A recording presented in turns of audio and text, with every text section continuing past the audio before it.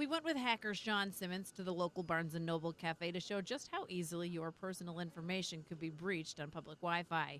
He created a bogus network and parked himself in the corner of the cafe by the emergency exit like any hacker would. So that anonymity is your best form of security.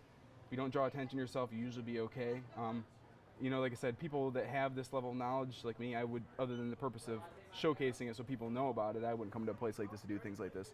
In just 5 minutes, he rerouted dozens of unknowing Wi-Fi customers to his network. In 20 minutes, he had to create a filter because so many victims had logged on. So there's obvious things that they can pay attention to, like if they don't see up in the corner like there's a lock and they're on a site that should be secure that they're logging in with, that's an indication that something's wrong.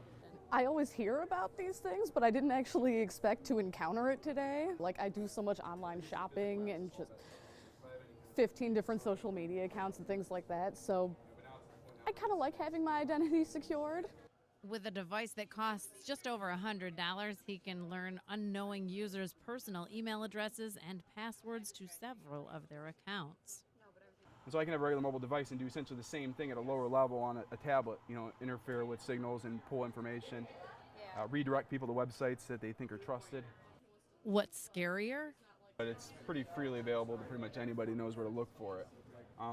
But essentially, it has several bands, several communications, and has very specific pen testing tools built into it that allow it to manipulate the ways you receive and send out communications. A few ways to protect yourself. Look at your surroundings. Conduct financial transactions over a cell network or maybe a free VPN. Use an app rather than a browser and steer toward companies that use responsible encrypting methods like PayPal.